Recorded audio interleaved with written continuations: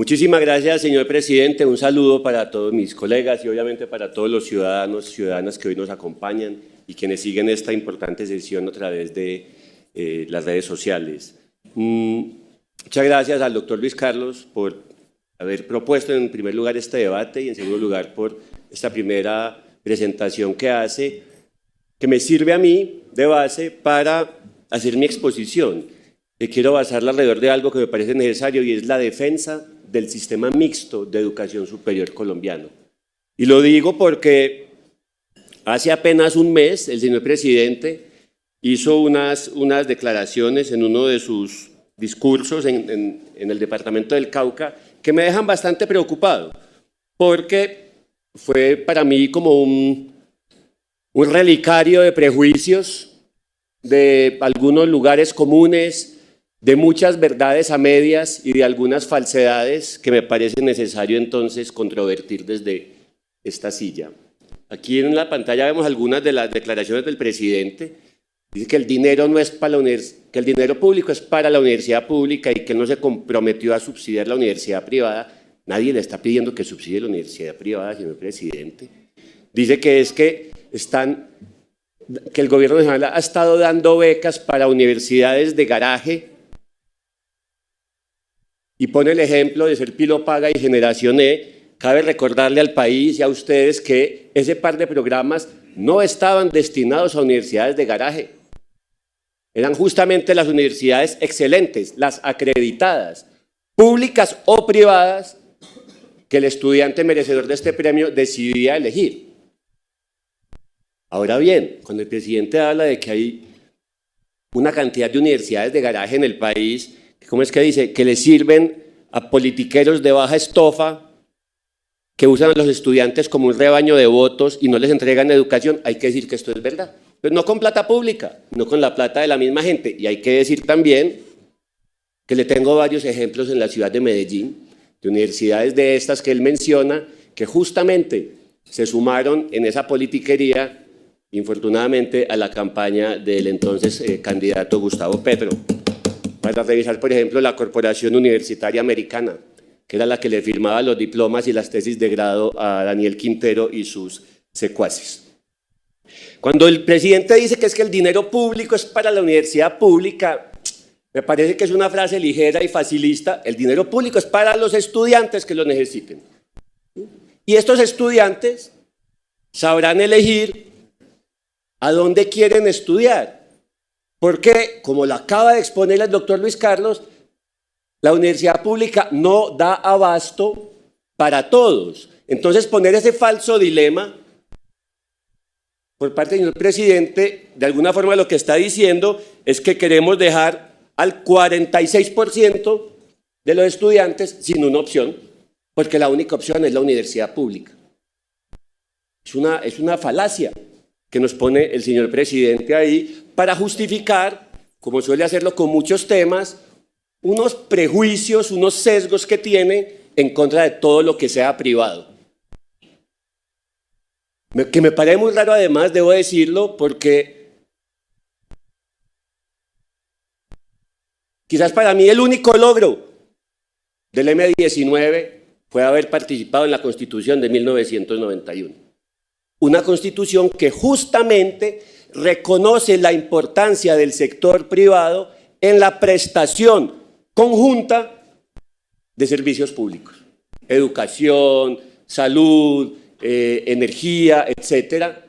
Esa es la gracia de la Constitución del 91, es ese reconocimiento. Y al doctor Gustavo Petro, que durante tanto tiempo se enorgulleció de haber hecho parte de esa Constitución, parece que le estorba un montón por esos prejuicios ideológicos. Dice además que el único apoyo del Estado a las universidades privadas debe estar para la investigación. Y uno va y mira el presupuesto del Ministerio de Ciencias y se ha reducido 50% en 2 años. Entonces, ni realmente aumentamos la cobertura, ni aumentamos la investigación, ni nada de esto que afirmó el señor presidente. Entonces, voy a quedar aquí una primera conclusión y es que tenemos que desmontar una cantidad de prejuicios que hay alrededor de las universidades privadas, o más bien llamémoslas no oficiales, ya que la palabra privado le genera tanto escozor a algunos. Las universidades no oficiales no son universidades de ricos, ni para ricos. Hay universidades no oficiales donde 60% de los estudiantes son de estratos 1, 2 y 3. Son universidades, y quiero poner el ejemplo de mi universidad, la Universidad de AFIT en Medellín, donde hay 3.000 estudiantes becados por la universidad.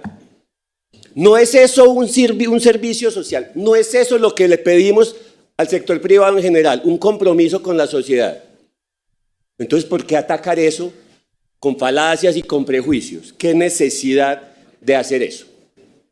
Fijémonos, por ejemplo, un poco de la contribución de las universidades privadas no oficiales al sistema de educación superior colombiano.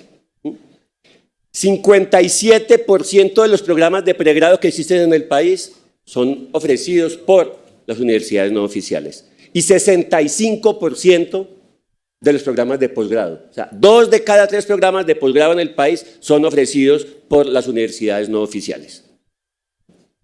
Además de, como lo decía ahora el doctor, es 46% de todos los estudiantes, o de toda la cobertura más bien, de educación superior en el país está en manos de las universidades no oficiales. ¿Cómo vamos a prescindir de eso? ¿Por qué vamos a atacar eso? Si están ahí. En la lista mundial de las universidades, de las mejores universidades del mundo, hay 25 universidades colombianas. De esas 12, la mitad son universidades no oficiales.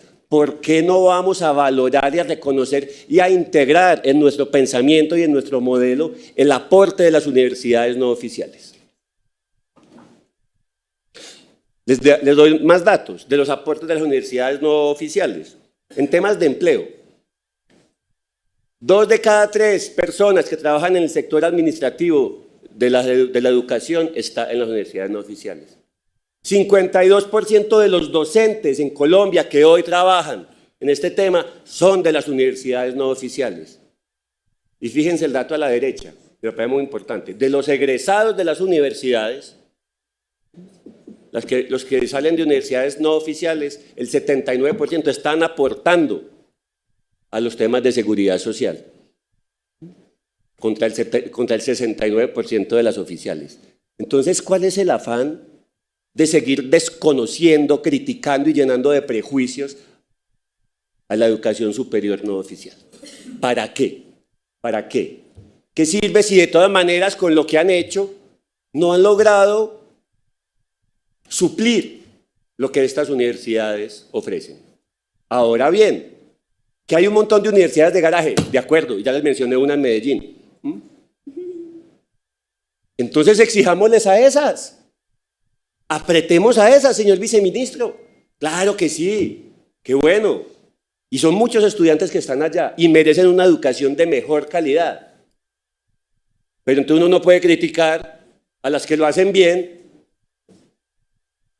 generalizando, metiéndolas todas en un costal, y las que lo hacen bien, lo hacen excelente. Insisto, les pongo otro ejemplo de mi universidad, la Universidad de AFIT. Tiene el mismo número de patentes registradas que la Universidad de Antioquia. Para mí las 2 mejores universidades de mi departamento, la Universidad de Antioquia en lo público, la Universidad de AFIT en lo no oficial.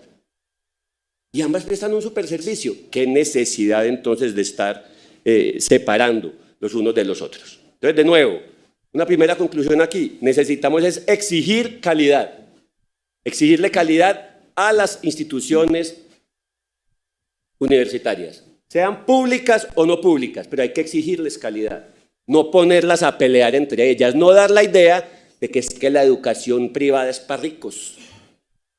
Porque eso es falso, porque eso es falso.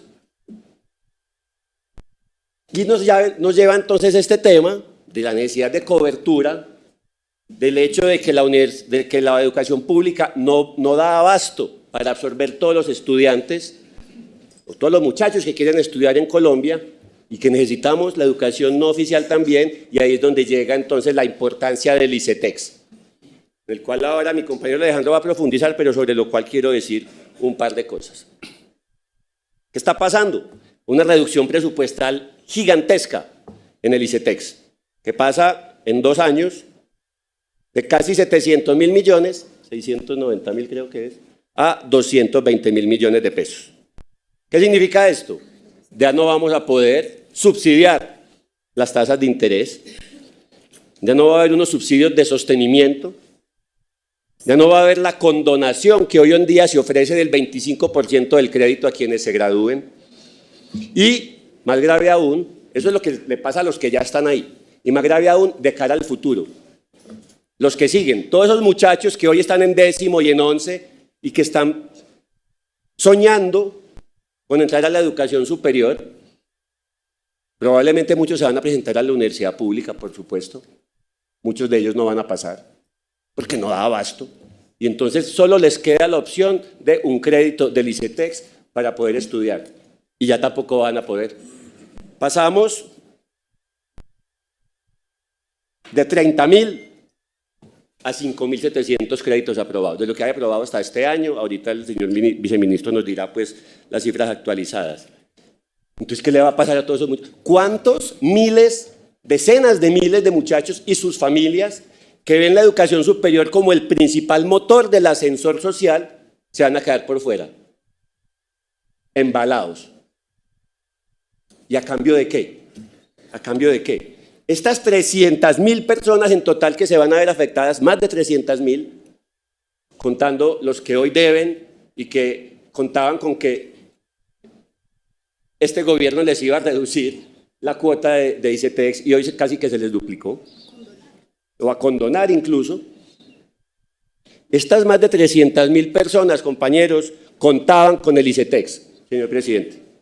Contaban con el ICETEX, contaban con el gobierno del doctor Gustavo Petro. Y no porque hayan sido bobos o ilusos, no, es porque eso fue lo que les prometieron. ¿Qué decía el doctor Gustavo Petro en campaña? La deuda de ICETEX hay que condonarla.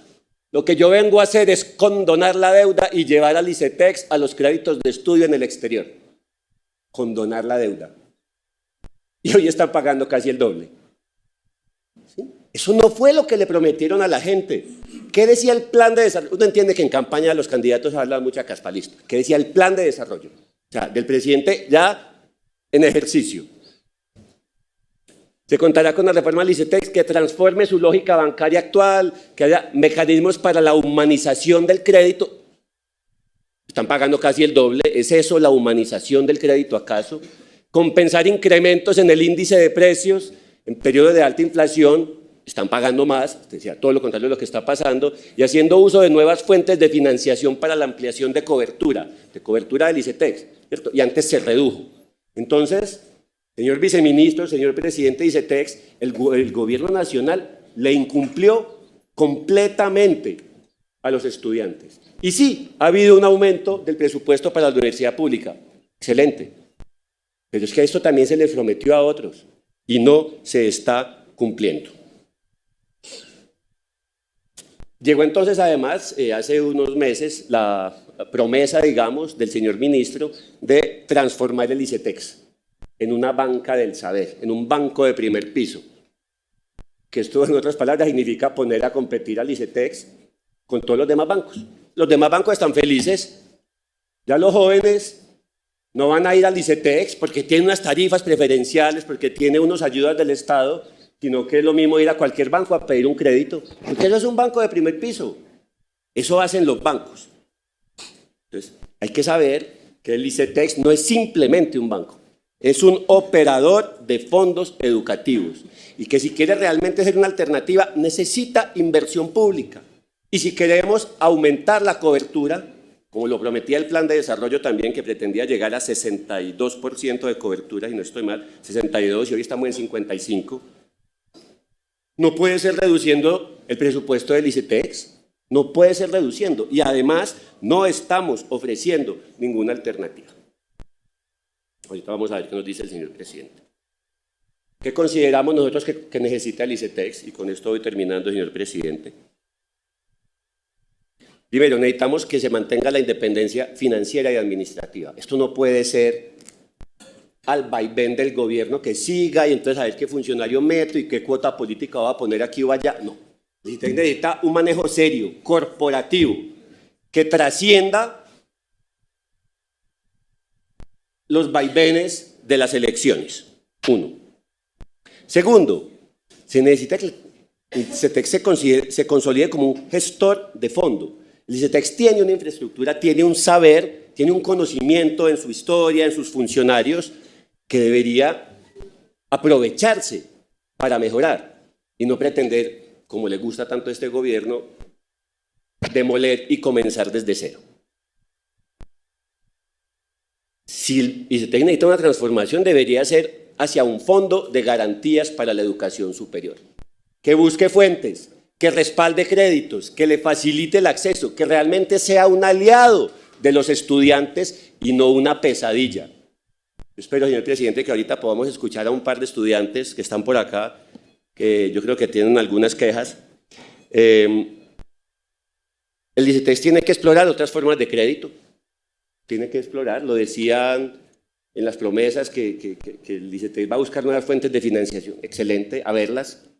Y finalmente, explorar un régimen especial para establecer tasas competitivas en el mercado. Es decir, un estudiante tiene que tener opciones y al mirar las opciones tiene que poder decir, la mejor es el ICETEX. Si yo me voy a endeudar, me voy a endeudar con el ICETEX, porque me favorece, porque está de mi lado, porque el gobierno nacional, sea el presidente que sea, considera que la educación superior es importante, entonces yo voy a escoger ICETEX. Hoy en día no, hoy en día nadie tiene ganas de meterse un crédito y los que tenían ganas igual no hay, porque los recortaron. Me quedan dos preguntas.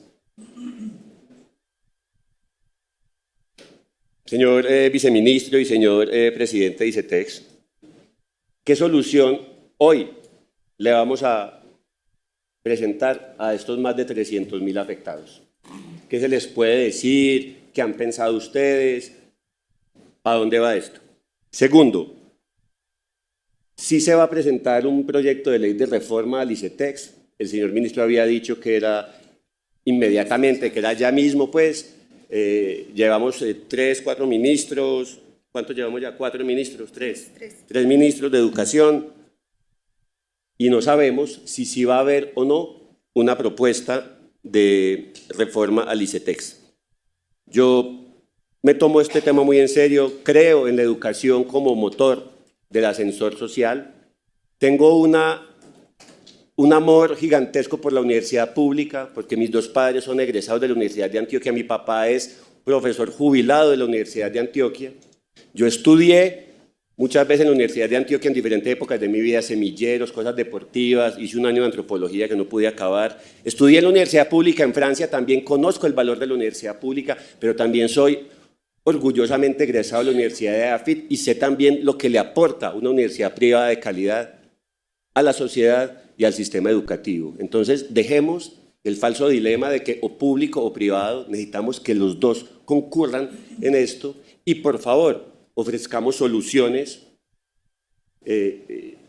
prontas,